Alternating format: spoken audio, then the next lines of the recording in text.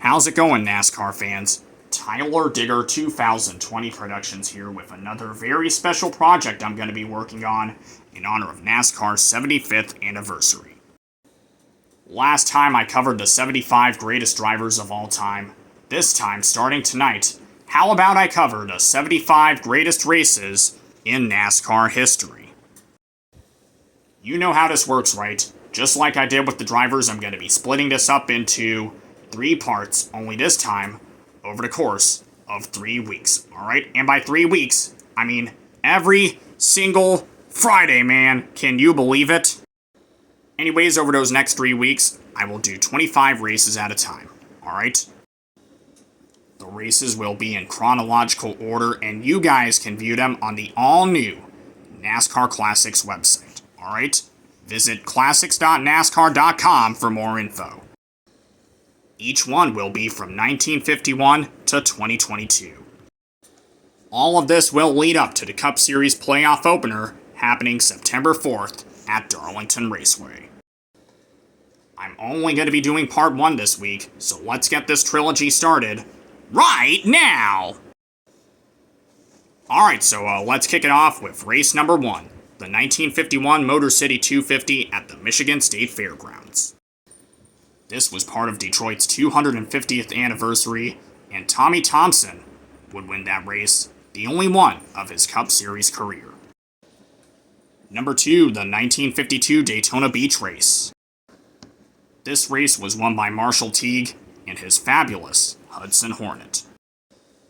Number 3, the 1955 Southern 500 at Darlington Raceway. Herb Thomas would end up winning that race 4 months after suffering an injury at Charlotte. Number 4, the 1956 Southern 500 at Darlington Raceway. Curtis Turner dominated that race. He led 224 laps to get the win. Number 5, the 1958 Daytona Beach race, the final race on that track. Paul Goldsmith dominated that race, leading every single lap to get the win. Number 6, the inaugural running of the Great American Race, the Daytona 500 at Daytona International Speedway in 1959. This race ended in a photo finish, and after 72 hours, Lee Petty was declared the winner. Number 7, the 1961 Southern 500 at Darlington. Nelson Stacy passed Marvin Panch, who was driving for, or replacing, I should say, Fireball Roberts at the time, to get his first Cup Series win. Number 8, the 1962 Firecracker 250 at Daytona. Fireball Roberts, after winning his Daytona 500 qualifier and the Great American Race, would end up winning. Number 9, the 1963 Daytona 500. Marvin Panch missed that race after being involved in a fiery crash. Luckily, Tiny Lund helped him out and took his place, then ended up winning. Number 10, the 1963 World 600 at Charlotte Motor Speedway.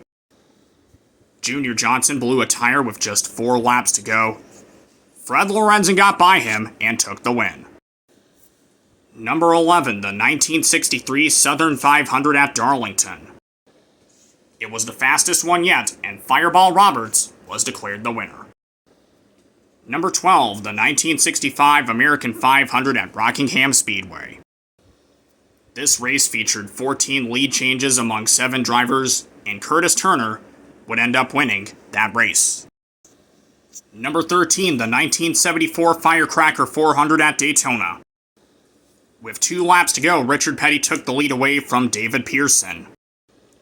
However, on the final lap, the Silver Fox used a slingshot move on the King to get the win. But these two were not done yet. Number 14, the 1976 Daytona 500. On the final lap, these two got into each other and crashed. However, the Silver Fox will get by the King and win that race. Number 15, the 1977 Daytona 500.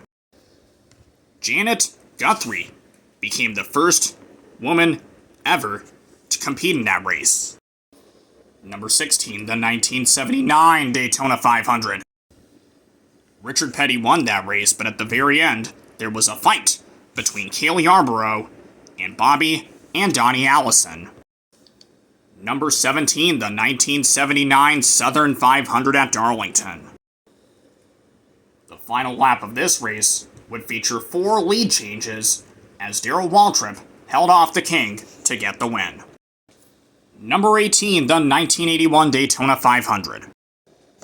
The King's late race pit stop gave him the win. Number 19, the 1984 Firecracker 400 at Daytona. President Ronald Reagan gave the command to fire the engines, and the King picked up his 200th and final career victory. Kyle Busch would one-up that 35 years later. Number 20, the 1984 Talladega 500, which featured 68 lead changes. Wow! Dale Earnhardt got by Terry Labonte to get the win. Number 21, the 1985 Southern 500 at Darlington. Bill Elliott, also known as Awesome Bill from Dawsonville, became the first driver in NASCAR history to win the Winston Million. Number 22, the 1986 Miller High Life 400 at Richmond Raceway. A late race crash between Dale Earnhardt and Darrell Waltrip gave Kyle Petty his first career Cup Series victory. Number 23, the 1987 All-Star Race at Charlotte. A late race spin by Jeff Bodine led to one final restart. Dale Earnhardt pulls off the world-famous pass into grass to get the win. Number 24, the 1987 Miller High Life 500 at Pocono Raceway. After missing 11 races because of an illness, Tim Richmond rallied back and led the final 47 laps to get the win. Last one for part 1, you guys, number 25, the 1988 Daytona 500. Bobby Allison held off his son Davey to win the race on Valentine's Day. They then celebrated in Victory Lane together. Well, that's it for the first part. Next week, I will do the second part. Alright?